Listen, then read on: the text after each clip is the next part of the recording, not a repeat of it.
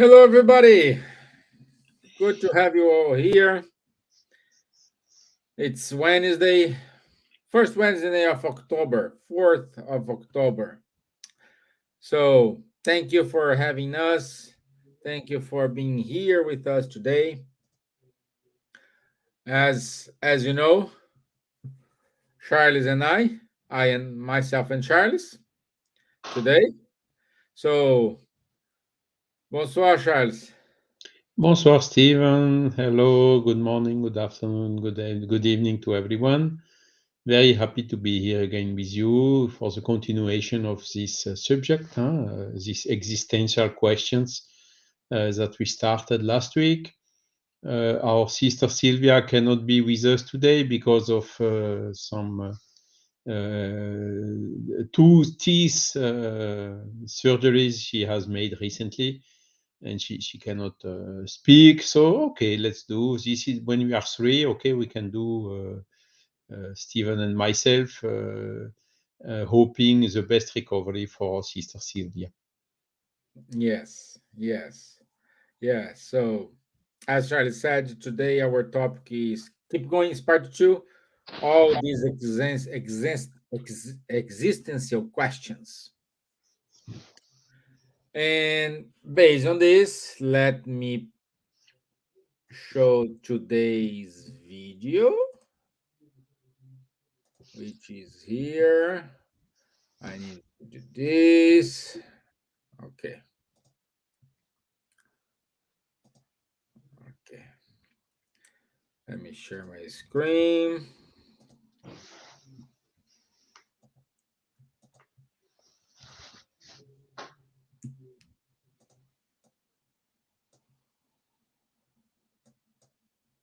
We say everything's going to be terrible. Then people just sort of give up and they just say, well, give me another drink. If we say everything's going to be fine, then people become complacent and say, oh, it's all going to be fine. I don't need to worry. I think the future will be what we make of it. I think at their best, our religious communities should be little colonies of the future that are demonstrating today a better way of life that then others can be attracted to. And then our religions can help us take the next step and the next step into a more hopeful future.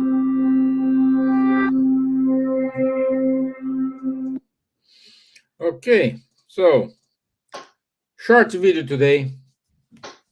Last week we focused more in what we are, what's the purpose we're here today, and the conversation today we will focus more on what is our mission here, where we go to. So all these questions come up to our mind in terms of, okay, what I'm doing here, why I need to go through painful moments, why I need to go through joyful moments, why I need to sometimes be stagnated, why I needed to have the poverty experience. While, in other hand, we do have people they don't know where to put the money, fancy cars, huge houses. Why some people born in very rich countries where they have laws, they have uh, uh, um, everything is running well by the government. Why there are other people they live in shanty towns, no pavement, no sewers, no nothing. I bet someday you have asked those questions to yourself. And today me and Charles will try to not give you the answer because the answer, your answer it's inside of yourself. So you need to look the answer from inside of yourself. But we can give you some touch in order to help you to find your truth. Am I right, Charles? Yes, definitively. I think the things are always linked to this paradigm we are following, whether it's materialist paradigm or spiritualist paradigm. And everything is based on the point of view we are seeing the things. The example you gave on when seen on a materialist paradigm, the reaction of the one who has doesn't know what to do with his money is, okay, I'm lucky, I will really enjoy the maximum as long as I am alive, because when the life is ending, everything stops. And the other one, but bad luck for them, it's not my problem. And some other people who are looking to this and thinking say God does not exist, because if he would exist, he is infinitely good. So seen from a materialistic point of view, uh, okay, why some people are in so bad condition and some other people are in some extremely good condition? So God cannot exist. So it's a kind of a reasoning when we are thinking in the materialist point of view, like a vicious circle where we are really going down, going down, going down.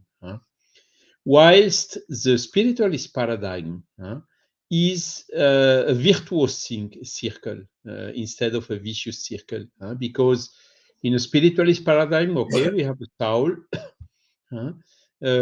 We are here incarnating on earth to progress.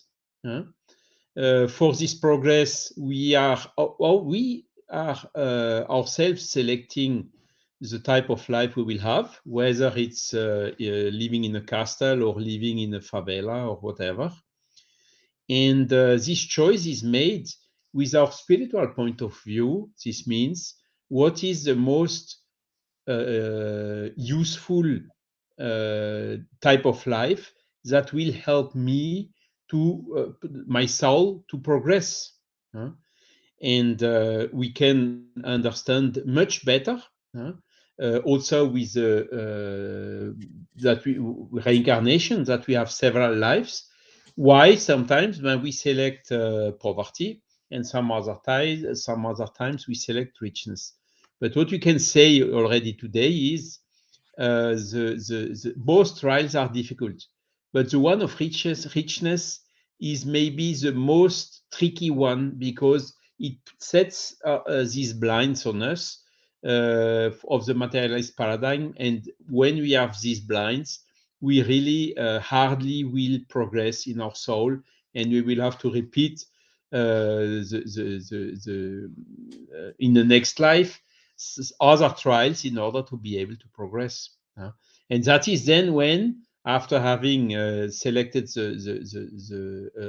a life with a lot of facilities, with a lot of richness, and having seen the very poor result this led for our evolution, we ourselves made these choices, which seems not logical when we are here in the seeing on the materialist point of view, to have a life with more difficult situation, with poverty, because those ones are also difficult, because a lot of times the people who are poor are how to say hungry. They are seeing sadly all the rich people, and they have nothing, also feeling some kind of injustice, which also does not help a lot for the evolution.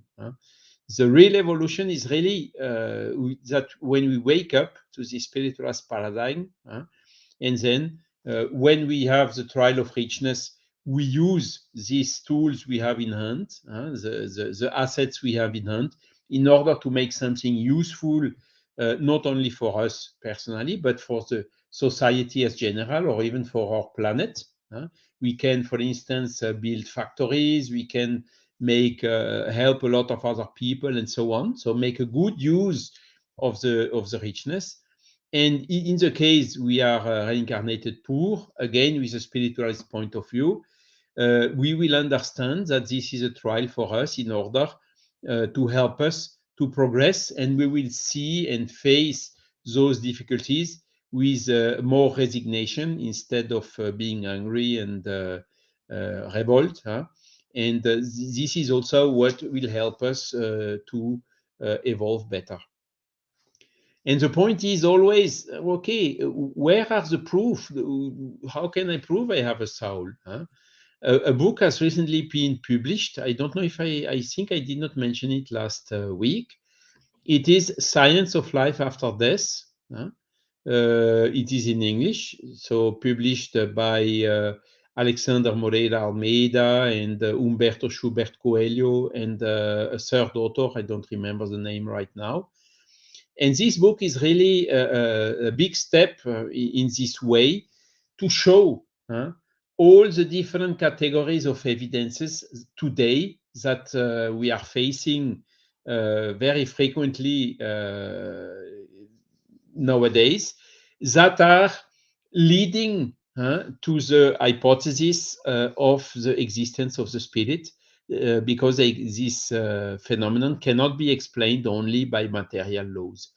And with regards to the blinds, another part of the book is explaining the philosophy of science, the methodology or the epistemology, if you prefer. Exactly, that is the book. So the third author is Mariana de Abreu Costa. Okay. And I really encourage, if you can, read this book or this ebook. It's available on both. It is really the philosophical point of view showing that a scientist who is blind is not following the rules of the philosophy of science itself. He's not a good scientist. The scientist should be open, even if a phenomenon seems to contradict the current assumed valid hypothesis. He cannot just reject it. No, this I don't like because it's against my hypothesis right now. This is absolutely going against the evolution of science, against the progress. This putting the blinds, maybe a little bit of pride, or maybe change resistance or whatever, is not a good scientific attitude. The scientist should always observe objectively, without preconceived ideas, all the phenomena that are happening in nature, if he wants to have a good concept of nature. And really, if we do that and examine all these best evidences, near-death experiences, mediumship, the proof of identification in the communications, also the proofs, all what is suggesting the reincarnation for Ian Stevenson, Jim Tucker, or whoever. But there are a lot of what we call convergence of proofs in favor of the existence of the soul, its survival, and its reincarnation. Okay. Because the one who is waiting, no, I want to have an absolute proof, the really convincing, undiscussable phenomenon, is dreaming, because this does not exist in science. Absolute proof exists only in mathematics or in pure theory, but not in practice. In human or natural sciences, it does not exist. We have had hundreds of cases where the scientists were thinking, no, this is now absolutely proven. Now we have the evidence, for instance, of the Big Bang at the origin of the universe because of this radiation, whatever, Nobel Prize, whatever, around. And now just James Webb is coming, James Webb, sorry, is coming, and putting everything in question again.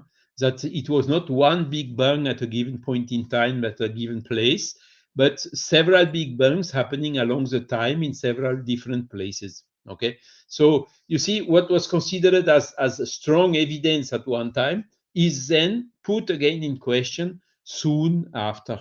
And this is the essence even of the science, because uh, it is progressing. Humankind is progressing, our concepts are progressing, and science is also progressing. The laws of nature are what they are. Is our conception, our models trying to describe these laws of nature, which are not perfect, which are according to our level of understanding of today. But tomorrow we will progress in knowledge, in intelligence, and then the concept will progress as well. And one of these big progress is that in the universe, not only uh, the physical matter, the Mendeleev table and the periodical table of elements and whatever, and the list of particles and so on, all what is material is not the only form of matter that exists in the universe. And one other evidence of it is when we follow for instance, Thomas Kuhn, the theory, an epistemologist with scientific revolutions, he says a model at a given point in time has some anomalies, and that is then just before such revolution with a new model coming and replacing the old one. And what can we state as anomalies today is, I think Silvia mentioned it last week and even before, 95% of the matter and of the energy of the universe, we cannot detect it. We don't know where it is. So we have, by seeing 5%, we have laws which is governing 95% that we have absolutely no clue what it is. So this is at least an anomaly, and calling for a change of paradigm that will for sure come soon. And we, as spiritists, as spiritist body of knowledge, are deeply convinced that the next scientific revolution will be this change of paradigm from materialist point of view to spiritualist point of view. And then everything changes. All these questions, all these answers to these existential questions that is the subject of last week and of today, will become a totally different answer, much more accurate, much more consistent, even with the notion of a divinity, of a creator, which is also, by the way, more and more proven by science itself. This creation of the universe, this uh, almost perfection, with the entropy which is always growing, this absolute, very extremely good order that was happening in the beginning. Also, the apparition of life on the Earth. When we calculate the probability, we as the scientists, they reach 10 elevated at minus 60 or minus 100, so it means zero practically. So all this is now pushing and bringing us to reconsider the paradigm and to remove these blinds that unfortunately too many people still have today, particularly in the academic and university and amongst the scientists, because more than half of the world population is already convinced that we have a soul. No, just science has to follow and to modelize it somehow in the best possible way. Great, my friend. Also, we do have our dear friend Elsa is writing to us. Trevor, let me read what Trevor said. I think sometimes people want to blame God or another force rather than take responsibility to own life, choices, and own happiness. Let me read out the questions, then I will give answer your question, Trevor. Elsa, thanks God that Kardec, the missionary of Jesus, listened the call from the good spirits and brought a way to understand our eternal life, several existence. Wonderful. Thank you, my friends. Great. Trevor also said, once a human has awakening or awareness of their spiritual journey, do you think the life lessons become harder more than if we didn't be aware of our spiritual existence? It's a good question. Huh? Do you want to start answering, Stephen? Yeah. Uh, um, Trev, I couldn't agree more with what you said. Uh, we always try to find an excuse. We always try to find to blame someone instead of taking the responsibility. So I did this. I am responsible for that. That's a reaction of my actions. And we blame God. We say, oh, if God is all kindness, why he allows my dad drink a lot? Why he allows my dad uh, uh, beat my mom, hit my mom, or hit myself when I was child? Why he allowed to do this? The answer is the answer and the reflection we need to do here is more connected with what you said, Trevor, our spiritual journey, what you have in passing by, what was our actions. Oh, but I was a kid, I didn't have time to suffer enough to do bad things in order to get bad things. I agree with you. This is one of the proofs that life keeps going, keep going. It's not like starts when you're born and ends when you die. So some actions you have here, you are suffering some challenges you are going here.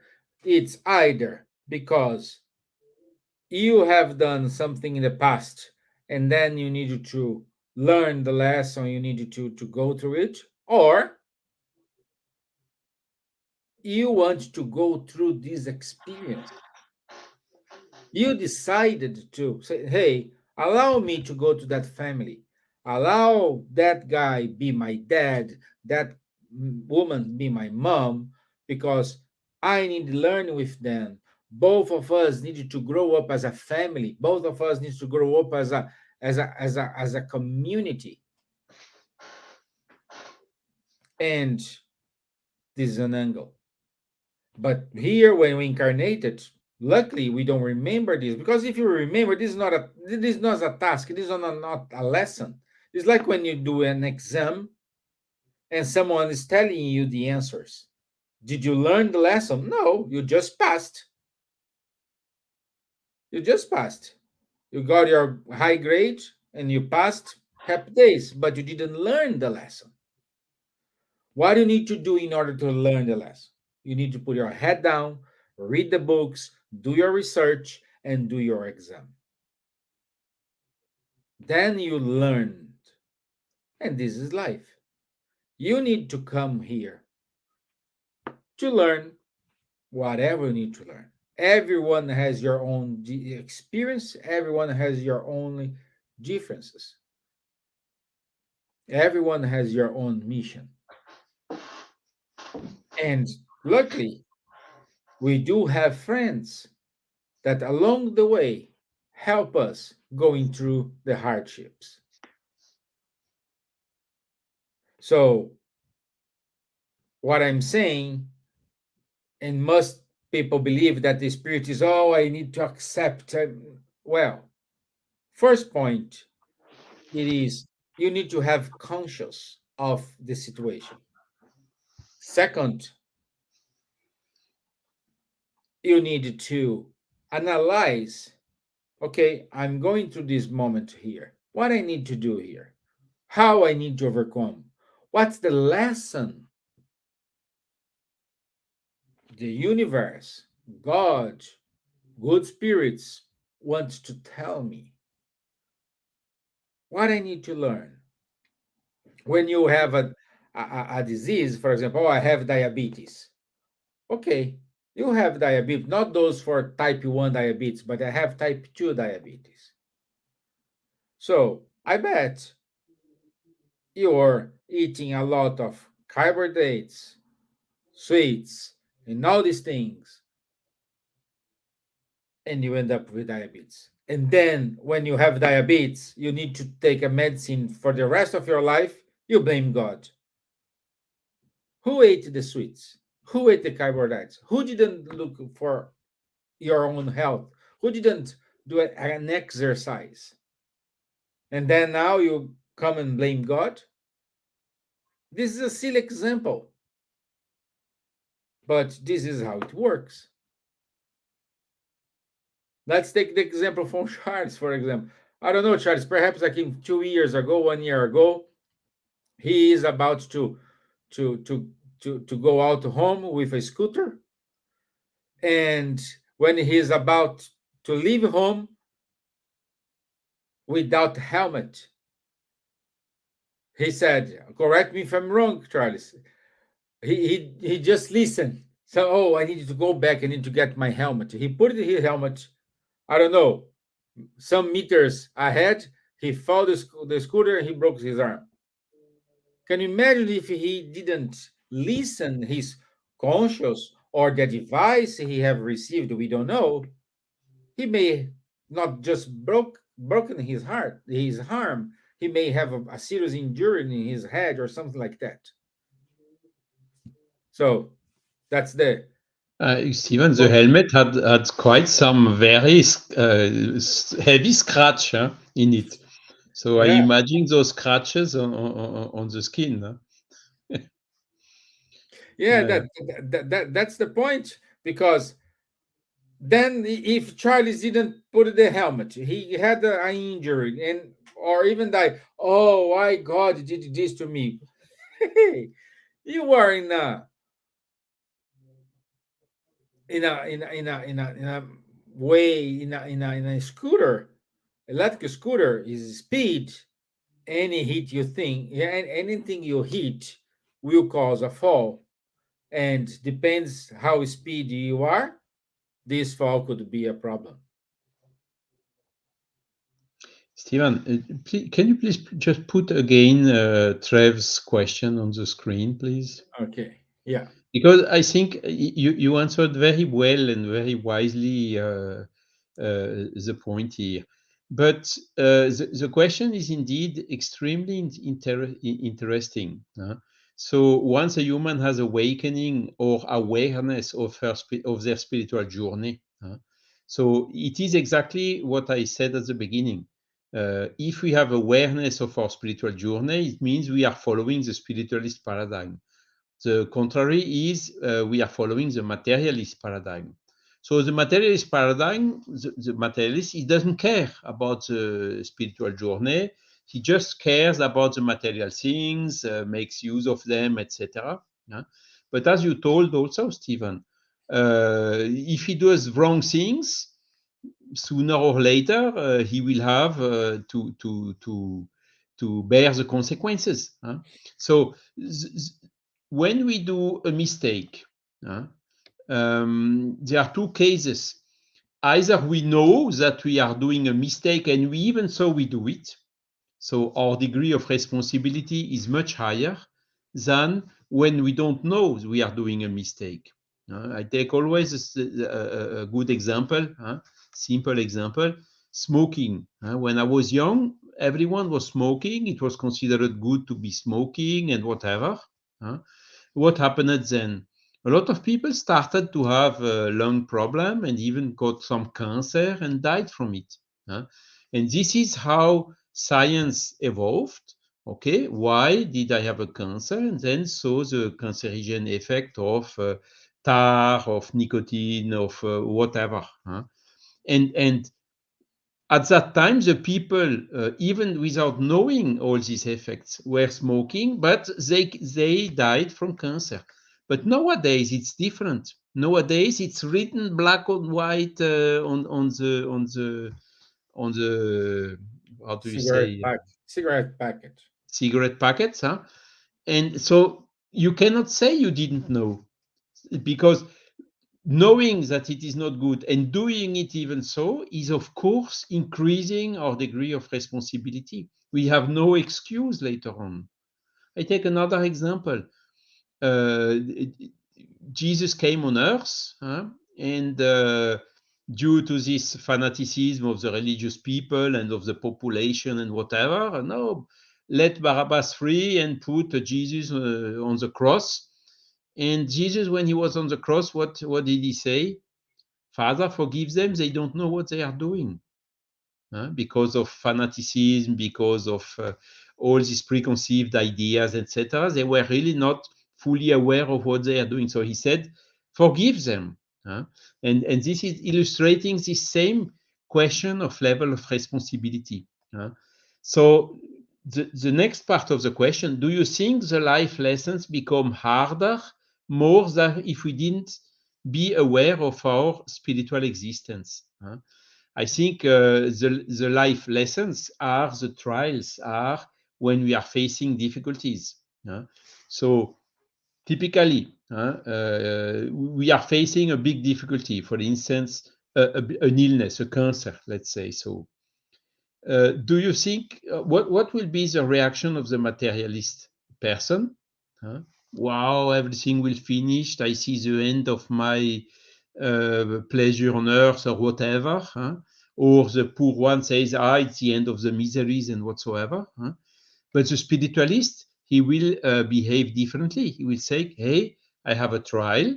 I know that my soul will survive. I know that I'm incarnated here in a material body in order to progress. So I will do whatever I can in order to try to fix this cancer. And if I should go to the other side, I will go. If I can, if the cancer can be resolved, I will continue my life and working for my evolution. Which one of both do you think will have the best coping in front of this difficulty? Obviously, it's a spiritualist one. And because the materialist sometimes can really fall into big depression, and then we know the effect, and this is another proof of the existence of the soul.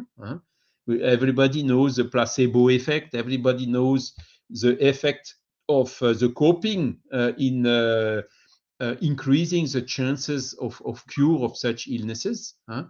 And but how to say, on a materialist paradigm, we cannot explain it.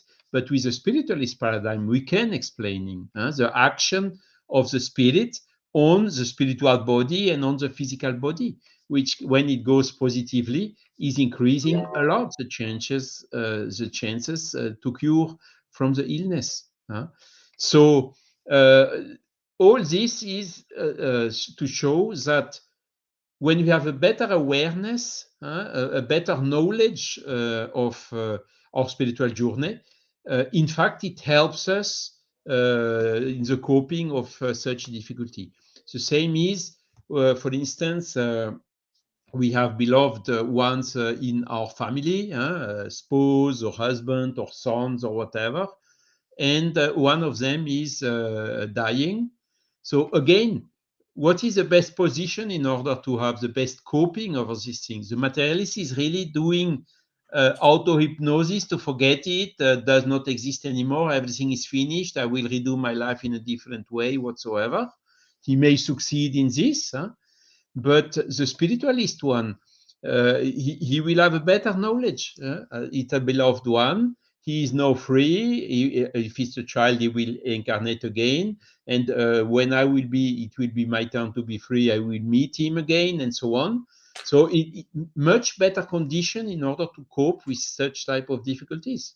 And it's also proven, for instance, that the rate of suicide is much lower amongst spiritualist person. I do not say spiritist person, spiritist as well, of course, but even person which have a religious. Here we must be careful. Some religions are sometimes bringing a negative coping to that, but the one which are really have a good, true religion or a spiritualist vision have much less incidence of suicide than the people who don't have. And all this is now tens and hundreds of studies being done with all the protocols published in medical reviews are now demonstrating all this. So definitively, the lessons are becoming easier in the spiritual journey. The only thing is, which is harder, is exactly we know we have things which are not good. We know we have some bad tendencies. I don't know, selfishness, about pride, about hatred, about envy or jealousy or whatever. And this is where we have maybe feel a little bit more guilty for having these things, and we should exactly transform this into using our will in order to work on ourselves and to become better. Uh, So the true spiritualist vision is really helping in all the point of views compared with the materialist paradigm. This is individually, and for the society, it's even much more, because the spiritualist sees in every person, every brother, whatever origin, ethnia, skin color, or whatever, brothers in humanity, and knows that through reincarnation, we can also reincarnate in a different ethnia, different skin color, or in different conditions, poor countries, and so on. So this is also helping in doing whatever is necessary in order to avoid and reject any type, any form of discrimination, whatever it is. Thank you, Charles. Thank you. Yeah, Trevor, I think your question was answered. Please, everyone know Munir it is with us as well. Elizabeth Masson, it is with us. So thank you. Please, if you have any questions, speak up. Time is now. Time is now. And Charles, I think we needed to the other questions the other question we have.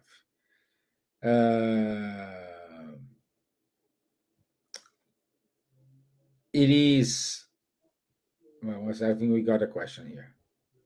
Okay, Munir is giving a compliment.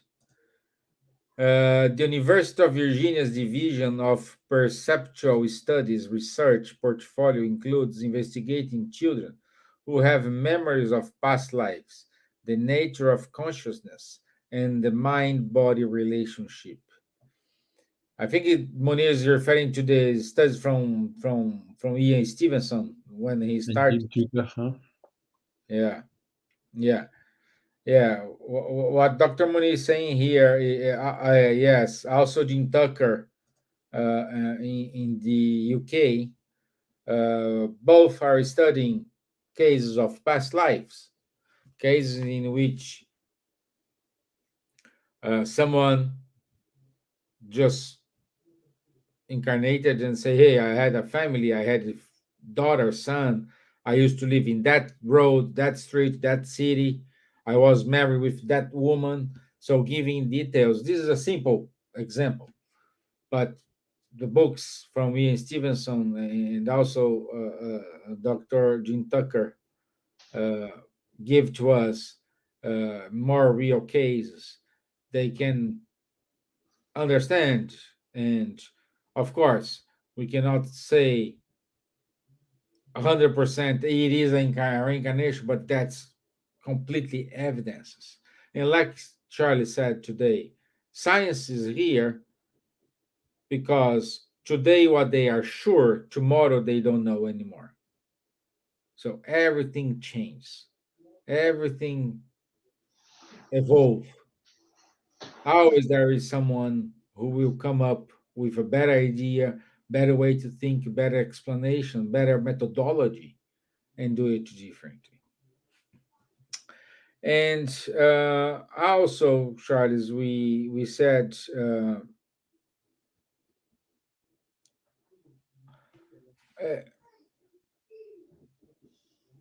what's what's the we said not was the purpose, but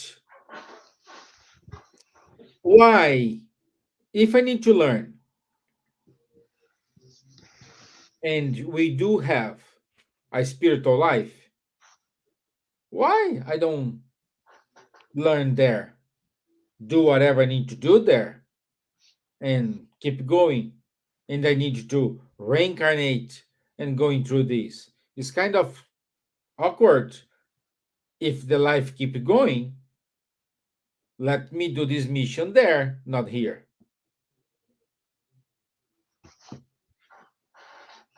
Yeah, you mean why do we have to reincarnate to progress rather than progressing in the spiritual world? Yes. Okay. Yeah, I mean, there is a movie, this famous movie called No Solar, which is illustrating a little bit this. When you are in an astral city like No Solar in the spiritual world, everything is fine, everybody's kind and whatsoever, and so on. Okay, it's very good to be there and so on. But do you really progress? You can maybe learn some things. You can maybe acquire some knowledges and some experience and whatever. But let's take an example. You have difficulties with patience. You are impatient. How do you want to work to be more patient without being in situation where you have somebody challenging your patience? And this is exactly what we need, the situation we are when we are incarnated on Earth. We have a physical body. We need to take care of it. We need food. We need a house. We need to protect us. We need clothes. So we need to work to get all this and so on. So all these constraints are somehow bringing challenges to us. And these challenges, how to say, pushing us to have activities and to work are exactly what are helping us to evolve.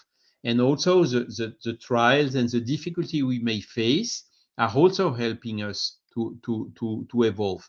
And a little bit this no solar case I was saying is when we select an easy life here on Earth where everything is good, nobody challenging us and whatsoever, we also will not evolve as much as if we have a difficult life with a lot of challenges where we really have to dig ourselves to push and to find resources to overcome these difficulties, we will progress much more.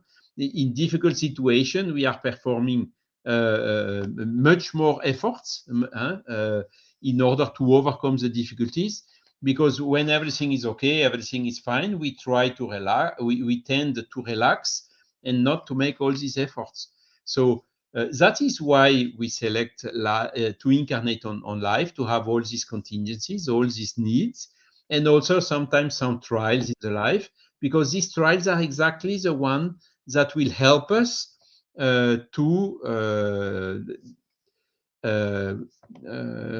acquire more qualities and to get rid of our defects. So it's that is really the way to understand it. Now, this is needed for us. Why? Because we are at a, I would say, rather limited evolution level, where we still need to incarnate in order to progress. Okay, to progress further.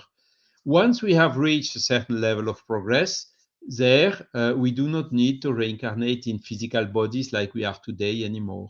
Okay, so the other positive thing of the spiritualist paradigm is it gives us an objective. We see where we are going to. We will evolve, get always better. Reincarnate on different planets, maybe with less difficulties, more happy, less violence, more fraternity and whatever than what we are currently facing on the Earth. When we reach a degree of evolution that does not need us, where we have nothing to learn anymore on Earth, we will go towards happiness. And this is also something the materialist says, I will make use maximum of my time and whilst I'm alive, because at the end of my life, everything is finished. For the spiritualist, no, the vision goes much, much, much beyond that. And this is also a big motivation to make the efforts to get there, to evolve, to become a better person, to do good, to get rid of selfishness, of pride, of hatred, of all these wrong things, and to change them into patience, into love to our neighbors, into uh, abnegation, into charity, into doing good. And this, for our level of evolution, the best way is having it here incarnated on the earth. Still, uh, other spirits, like for instance Jesus, he came and reincarnated on earth already. Did he need to incarnate on earth to evolve? No, for sure not.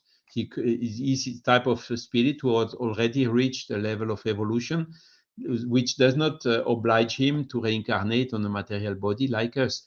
But even so, he did it. Why? To come and to help us, to show us an example, and to leave us this wonderful moral lessons about good and bad. Do to the other what you would like the others to do unto you. Love God above all, and love your neighbor as yourself. All these fantastic lessons that are that you can find in every other religions, even not Christian. But he simply came in order to bring that to us, in order to help us setting this objective for our future, showing us the way to get there. So he came and reincarnated as a mission to help us. But he did not need this to. He of course evolved as well during this incarnation as Jesus, but he was not needing this incarnation anymore. So my objective is clearly, okay, let's work the best we can in order for our own embetterment, so that we don't need to reincarnate on such difficult planet as we are, or if we reincarnate, we reincarnate on purpose in order to accomplish a mission. It gives us an objective for of life, and to find it's like we need to have a sense to understand, to give value to our life. Otherwise, we just are like a leaf which is being brought here and there and around by the wind in the fall. Mhm. Charles, I like this expression in French. Let me put it here.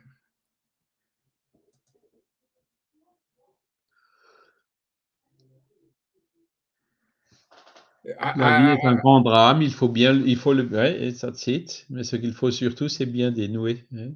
That's correct. Yeah. so life is beautiful as long as you know how to untie the knots, more or less like this. More or less like this. What is the source of this statement? I don't know. I always had this. I read in one book. Uh-huh. I don't know. I don't know. To be honest, I don't know what is the source. Please, if you know, if anyone know here the source of this I think quote. on internet we can find this easily. Mhm. Yeah, yeah. So I always had this in my mind is very, for me, is a very French, Mhm. you know. Exactly. So we need to know how to untie our knots. We need to know how to move around. That's the ability you need to learn. Unfortunately, we need the trials because we learn when we learn. We learn when we teach. We learn when we explain things to someone. Okay. We can learn when we study. We can learn when we read. Of course, we can. But when we start to explain, that's when you will learn most. And that's when you know that you have really learned it. Exactly. When you have to do it, that is then the trial, the test. Are you okay? Do you pass the test or not? And this is Yeah. also one of the purpose of incarnation. Yeah. Yeah. Exactly.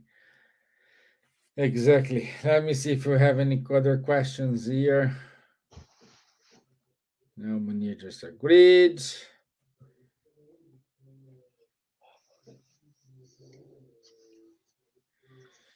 Okay. In order to wrap up, Charles, I know we still have like 7 minutes.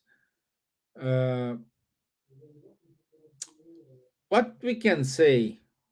Can we say for those who are not spiritist, they don't have any religion at all? Can we say to them that a religion here is not a solution, a way, but but it helps you to find a way? Yeah, for sure. For sure. I mean, like Spiritist body of knowledge is the same. The goal is to progress. Okay.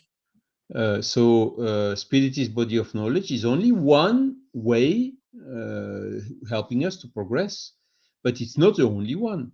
You have a lot of people progressing through other religions, doing good. My grandfather was Catholic. He was an extremely good person, but he was Catholic. So it helps him for the progress. And the example he gave us, he gave me, for instance, my grandfather is helping me even today. So he was Catholic, a good Catholic, and the same is valid for every other religion. I would say even atheist people Yeah. doing good are examples, because the this is why the statement of Kardec was, out of charity there is no salvation. He did not write out of spiritism there is no salvation, or out of like the Catholic Church Roman one says out of the church there is no salvation. The Jehovah Witness, they say also out of Jehovah Witness there is no salvation. No, it's out of charity there is no salvation. And charity is something neutral that anyone can do, whether it is following a spiritist or another religion or even atheist. He can do charity, and that is the way to progress. Okay, Mhm, so mhm. spiritist body of knowledge is just a tool which helps us to find a way to progress. In my case, I started Catholic education, but unfortunately, how to say, I was challenging and questioning. How do you explain that? Why is this? Why is that? And very soon you do not get answers anymore. You get no, it is like this, so you have to believe it. Full stop. And this is then when I was a teenager. In the adolescence, you don't accept it anymore. And the day I really so what happened? I got not atheist or nothing like this, but simply I didn't care about religion anymore because it didn't bring me the answers. Okay, until the day where I was facing some spiritualist phenomenon, indirectly through a person which was close to me, and then I started to read Kardec. I thought, hey, that's then another approach. Because here I can read, I can understand. It's not just written, it's like this, you have to believe it, but it's written. Here are the arguments, the phenomenon, the facts that from the effects we go to the causes, and the best cause to explaining this is this or that, and it is confirmed here and there, and it makes sense philosophically, whatever. And by the way, it is consistent with what Jesus has told and what Mahomet or Buddha or whoever has told. So Mhm. the approach is completely different, you see, because Spiritism does not tell you, believe it, and you will understand later if you can. Spiritism is telling, understand first, and then you will believe it if you want, letting us always the free will. So it's a totally different approach. Basically, how to say, it helped me, and I would say even today I'm much more Christian than a spiritist than when I was Catholic. You see, Yeah. because the thing you don't understand why, but your faith is very weak. But once you have understood, for instance, the reincarnation, it's not a question of belief anymore, because for you, you have seen the convergence of proofs, of evidences. So a reincarnation is really the best explanation to explain a lot of things that we see around us in the nature and in the life. So that is this going from the heteronomy to autonomy, which is another way to see it. Heteronomy, you have to believe it because I tell you it's written, or if you don't do that, you will go to hell. If you do that, you will go to heaven, with the stick on one side and the carrot on the other side. No, Spiritism is not like this. It's just explaining, here are the laws of nature. If you want to be happy, use your free will and make your efforts to be in harmony with these laws of nature, and that will bring you to the happiness, and you are really free to go with your speed, with your pace, and whatever. Nobody is pushing you and obliging you to do anything. So it's a totally different approach, embracing all these spiritualist questions, but not anymore on a religious dogmatic way, rather on a rational and logical way. Yeah. Yeah. Bravo, Charles. Yes, we need. Again, we are not here saying you need to become a spiritist. No, you can do whatever you want. It's not. Spiritism is just one way to see it. Like for me, for Charles, Spiritism is not a religion. It's a way to live. Exactly. It's a way to live. You know. Well, Elsa wrote here. Now than never, so many cases of spiritual perturbation, and people are starting waking up to spiritual side, and spiritism can help among other health service. Yes. Yeah, so true. That is another evidence. The psychiatry or psychology and or even other areas of medicine, they found out that by combining the classical medical treatments in addition to a spiritual treatment, you increase a lot, the speed and the chances of recovery. Yeah, yeah, This is true. shown now by tens and even hundreds of studies wherever in the world, whatever country they do the studies, they come to the same result. Yes, agreed. Okie doke. So let me show here. We don't have any announcements. Let's just put it here. Our next week topic: what kind of influence spirits act upon us. So it's kind of a series. So we understood now these all these existential questions, and now we will see how the spiritual side contribute or not contribute in our mission here on Earth. Okay, so it's 9 o'clock on the 11th of October next week. And this is it from us today, my friends. I want to say, oh, okay, also there's an announcement. My book in English and Portuguese, The House of Orchard. Next week, show links, please. Okay, my dear, I will show 1 second because I remember you sent me something here. Let me see. Here. Here. Aha.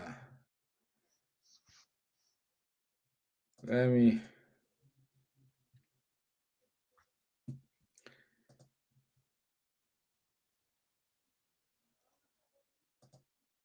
Let me put this. It's here. That's it. You ask, you get it. And I also put in the link on our chat if anyone has interest in this wonderful book from our dear Elsa. It's available in Kindle. You can also order by paper. So thank you, Elsa. We can also do a show with you, Elsa. You explain the book to us. We can go through it. So again, merci, Charles.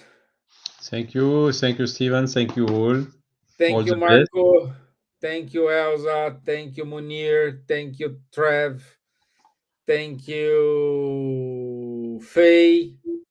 Thank you, Cristina, Chiara, Hipólito Rebolo. Thank you, Leticia, Leandra, Monica, Mohammed, Ejilson. So, a lot of people today. It's wonderful.